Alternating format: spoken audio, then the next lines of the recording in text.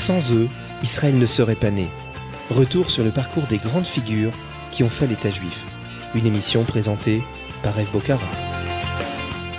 Salut à tous, bienvenue sur Studio Kalita. Nous sommes dans notre chronique sur les grandes figures d'Israël et nous continuons à parler aujourd'hui de David Ben Gurion, le fondateur de l'État d'Israël le 14 mai 1948. Nous en étions restés la dernière fois à la veille de la Seconde Guerre mondiale, alors que la grande révolte arabe de 1936 à 1939 en Palestine mandataire amène les Britanniques à restreindre l'immigration juive en publiant leur troisième livre blanc. Ce livre blanc qui limite l'arrivée des Juifs en Palestine à 75 000 personnes. Ben Gurion va organiser l'opposition résolue du Yishuv à cette politique, à ce livre blanc anglais, et la rupture entre les Britanniques et le projet sioniste est maintenant absolument consommée. Ben Gurion et l'organisation sioniste mondiale décident au congrès de Baltimore en 1942 de revendiquer un État juif sur toute la Palestine, impliquant le départ des Britanniques. Ben Gurion réussit à Baltimore à faire proclamer ce qui sera appelé le programme de Baltimore et qui se résume en 2 points. Le désir de l'organisation sioniste de coopérer avec une entière bonne volonté avec les voisins arabes et l'urgence, surtout l'urgence que la Palestine devienne un État juif intégré dans les structures du nouveau monde démocratique appelé à éclore au lendemain de la Seconde Guerre mondiale.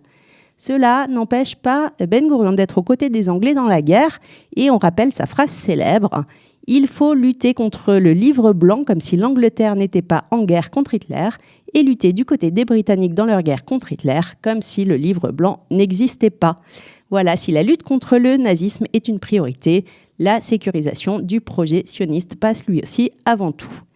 Au lendemain de la guerre, des centaines de milliers de rescapés de la Shoah tentent de se réfugier en Palestine, mais les Britanniques s'y opposent, déterminés à freiner l'immigration et à maintenir la politique du livre blanc. La lutte entre la communauté juive, le Yishuv et les Anglais s'intensifie. Et le 26 juin 1946, les Anglais arrêtent les dirigeants de l'agence juive. C'est ce qu'on va appeler le Shabbat noir. Ben Gurion, par chance, est en Europe ce jour-là. Il est en train de s'occuper de trouver des armes pour la Haganah, l'organisation de défense juive. Parallèlement, donc, Ben Gurion et la Haganah développent massivement l'immigration clandestine, ce qu'on va appeler l'Aliyah Bet. Des dizaines de milliers de réfugiés parviennent à pénétrer dans le pays, mais des dizaines d'autres sont arrêtés par les Britanniques et enfermés dans des camps à Chypre ou en Allemagne même, provoquant une forte sympathie internationale.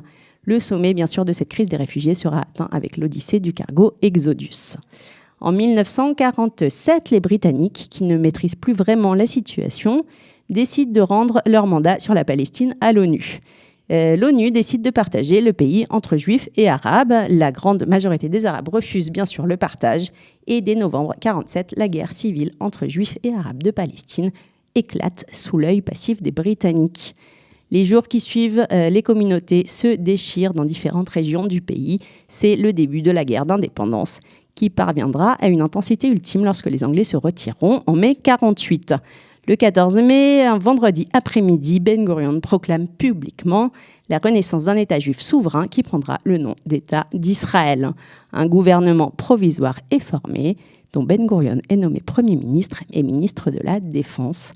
Durant la guerre d'indépendance, son rôle sera ainsi majeur pour l'unification de l'armée. Je vous dis à très vite pour la suite de la vie de David Ben Gurion. Merci. Sans eux, Israël ne serait pas né. Retour sur le parcours des grandes figures qui ont fait l'État juif. Une émission présentée par Eve Bocara.